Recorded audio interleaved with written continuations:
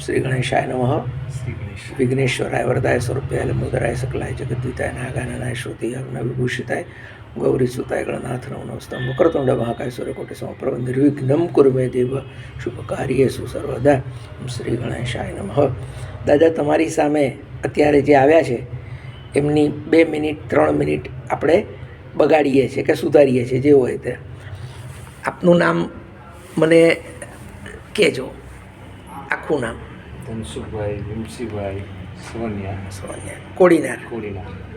ધનસુખભાઈ, તમે તમારી ઉંમર લગભગ 44 થઈ, એમ આપણે વાતચીત થઈ.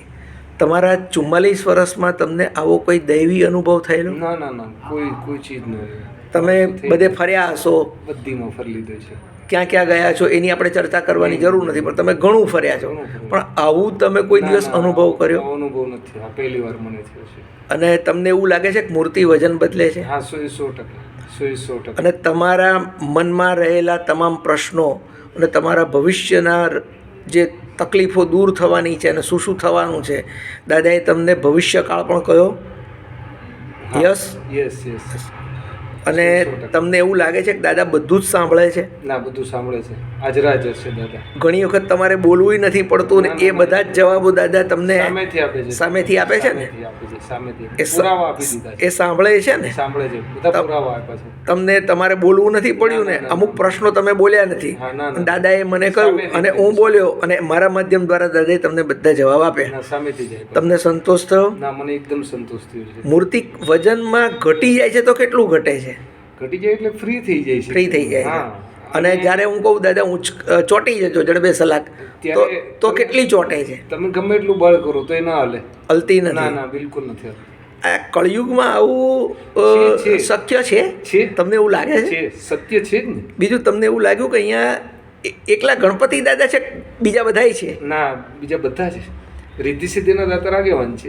એ આગેવાન છે, સૌથી આગળ છે, પણ એમની પાછળ આખો પરિવાર છે. આખો પરિવાર છે ને? પરિવાર છે. અને એનું બેકિંગ તમને મળશે એવું દાદાએ કહ્યું. 100%. અને મને પુરાવો આપેલ છે. આગળના ભવિષ્યમાં તમારી ગાડી પાટે ચડાવી આપશે. 100%. અને રસ્તો બતાવશે. 100%. તમને સંતોષ થયો અહીં આવીને?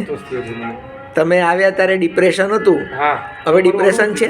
હવે ના, મગજમાં ટેન્શન જ આખું. ટેન્શન નીકળી ગયું? એકદમ ફ્રી થઈ ગયો. સાવ મગજ શાંત થઈ ગયું? ફ્રી થઈ ગયું. બસ દાદા તમારું ટેન્શન કાયમ માટે કાઢી નાખે અને તમને ફ્રી મગજ કરી દે અને તમારી તમામ સમસ્યાઓ ઉકેલે એવા દાદા તમને આશીર્વાદ આપે છે.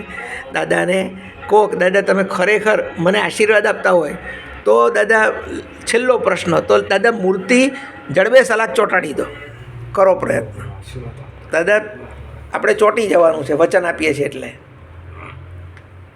છૂટી ગયા દાદા. ફાઇનલ અંતિમ જવાબમાં જતી વખતે મૂર્તિ હાવ હળવી ફૂલ થઈ જાય, હવામાં ઊંચકી શકે એટલી એવા સાવ નાના બાળક જેવા થઈ જજો દાદા. બસ પગે લાગી દાદાના આશીર્વાદ લઈ લો.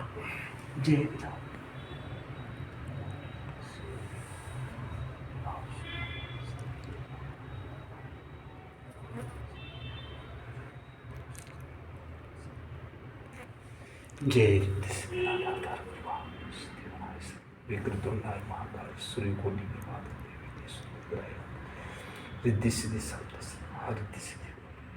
विघ्नहर्ता